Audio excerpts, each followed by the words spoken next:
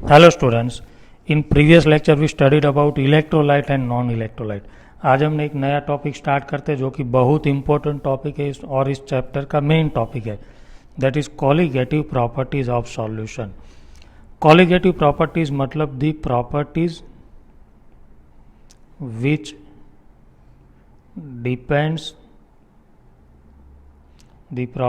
Which depends upon number of particles. जो particles के number पे डिपेंड करती है उसे हम बोलते हैं colligative properties.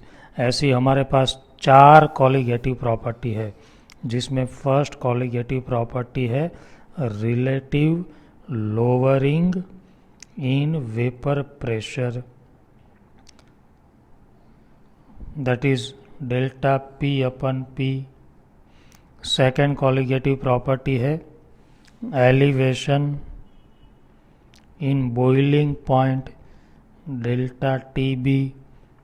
Third colligative property depression in freezing point, delta T F. Fourth colligative property osmotic pressure pi. ये 4 कॉलिगेटिव प्रॉपर्टी है, जिसमें से ये आप कर चुके हैं Raoult law for solid plus liquid में। अच्छा, कॉलिगेटिव प्रॉपर्टी की एप्लीकेशन क्या है, वो कहाँ पे काम में आती है? तो it is useful to determine the molar mass of an unknown substance. किसी अननोन सब्सटेंस का मोलार मास फाइंड करने में ये काम में आती है। चारों को एक एक करके हम स्टडी करते हैं। उसमें सबसे पहला फिर से लेते हैं relative lowering in vapour pressure.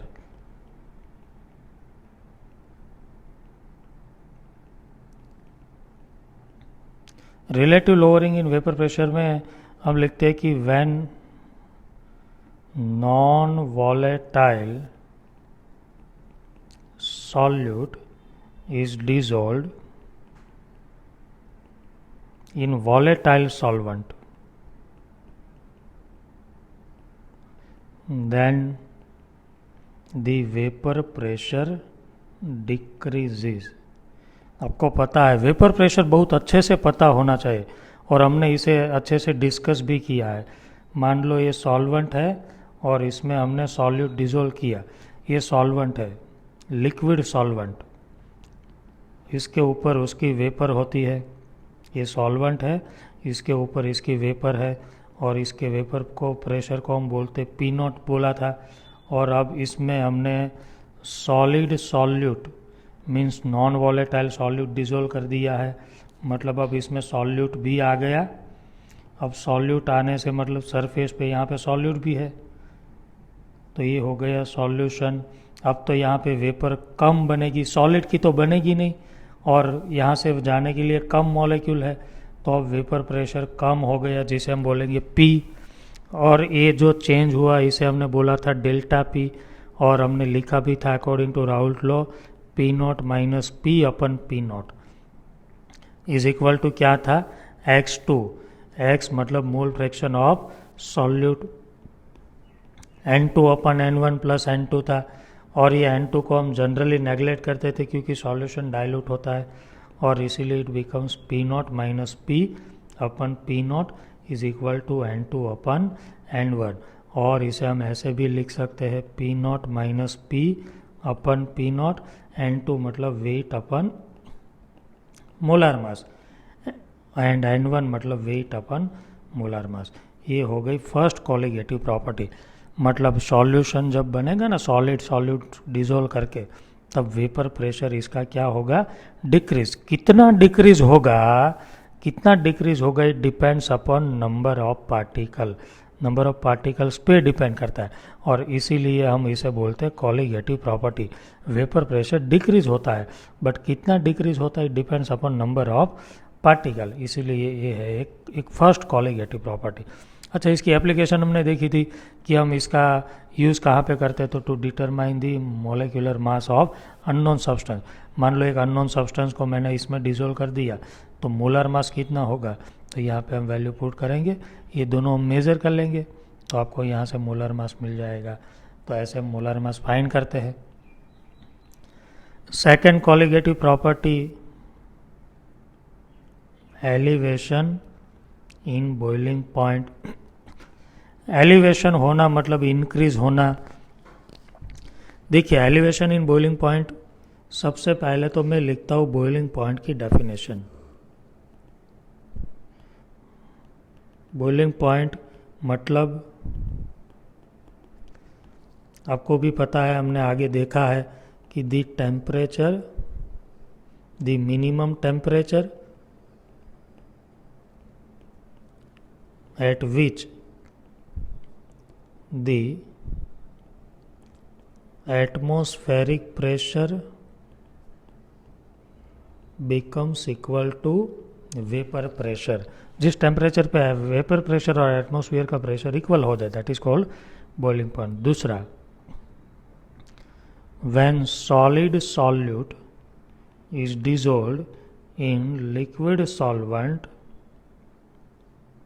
then boiling point increases, which is called elevation in boiling point।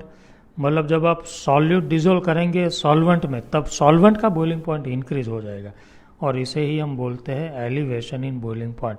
Boiling point का elevation means boiling point increase होना, elevation that is increase in boiling point. अब देखिए, हम यहाँ पे देखते हैं कि एलिवेशन क्या होता है। मान लो इसमें हमने वाटर लिया है, प्योर वाटर,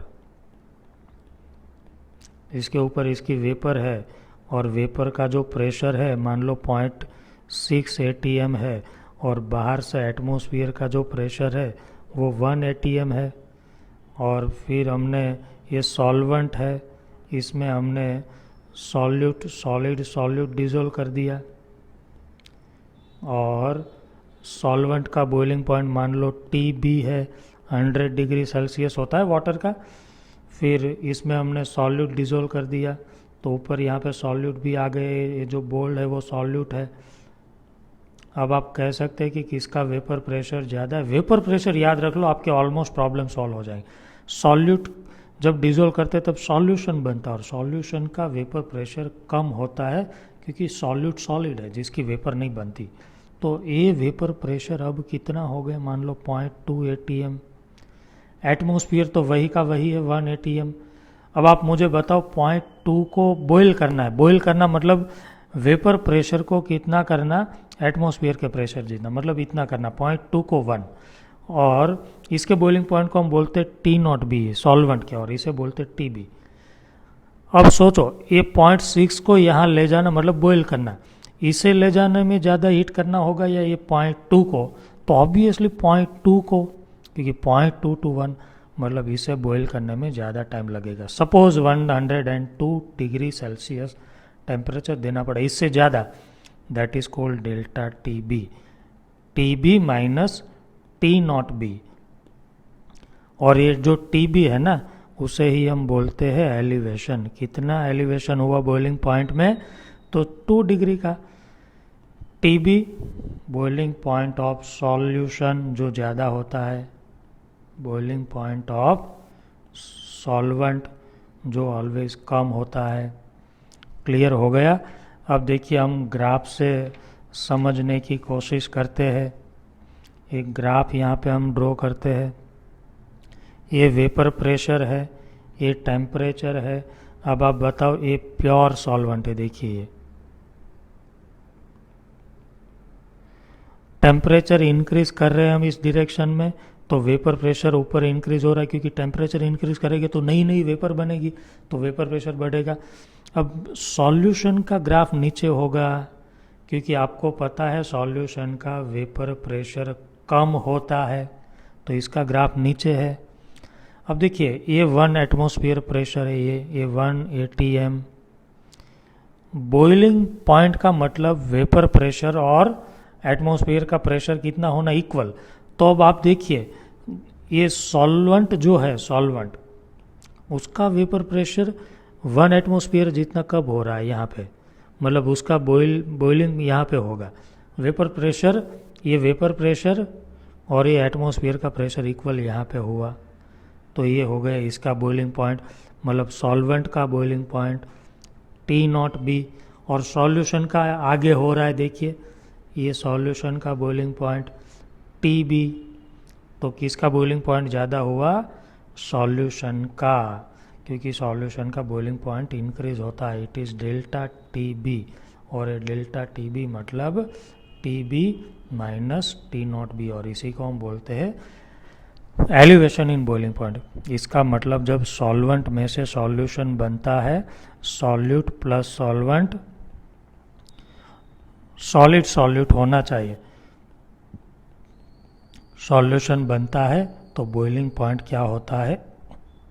इंक्रीज, और इसे ही हम बोलते हैं डेल्टा TB।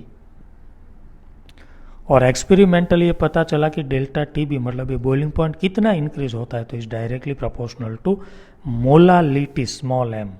और प्रोपोर्शनलिटी को रिमूव किया तो एक कांस्टेंट आया KB।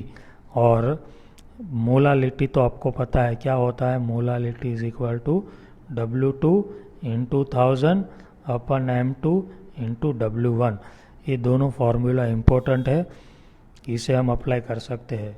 ये जो डेल्टा TB है इसे हम बोलेंगे elevation in boiling point, that is boiling point of solution minus boiling point of solvent. KB जो है वो है मोलल एलिवेशन कांस्टेंट, और इसे दूसरा बोलते हैं एब्यूलोस्कोपिक कांस्टेंट। KB का यूनिट होता है केल्विन किलोग्राम पर मोल। KB का यूनिट होता है केल्विन किलोग्राम पर मोल। और KB की value it depends upon solvent not solute. Solvent पे डिपेंड करता है, सॉल्यूट पे नहीं। ये KB की वैल्यू कैसे मिलती है, देखिए फ्रॉम इक्वेशन 1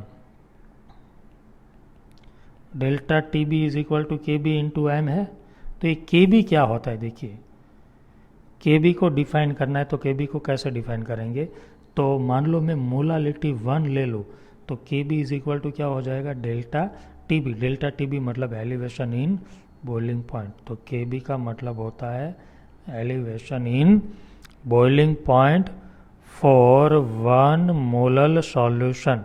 यदि सॉल्यूशन की मोलालिटी 1 है तो उसका जो बॉइलिंग पॉइंट का एलिवेशन होगा वही KB होगा, molal solution. It is all about KB। सो दो कोलिगेटिव प्रॉपर्टी हमने स्टडी की, लोअरिंग इन वेपर प्रेशर और एलिवेशन इन बॉइलिंग पॉइंट। खास याद रखना ये दो कोलिगेटिव प्रॉपर्टी। क्या देखा, सॉल्यूशन जब बनता है तब वेपर प्रेशर क्या होता है, डिक्रीज। कितना, तो it depends upon number of particle, so it is colligative property. और सॉल्यूशन जब बनता है तब बॉइलिंग पॉइंट क्या होता है, इंक्रीज। कितना, तो it depends upon number of particle. ये vapour pressure decrease, boiling point increase. और ये दोनों फार्मूला, इसका डेरिवेशन या फिर इसके थियरी आपके लिए कुछ इंपॉर्टेंट नहीं है, ये फार्मूला आपके लिए बहुत इंपॉर्टेंट है।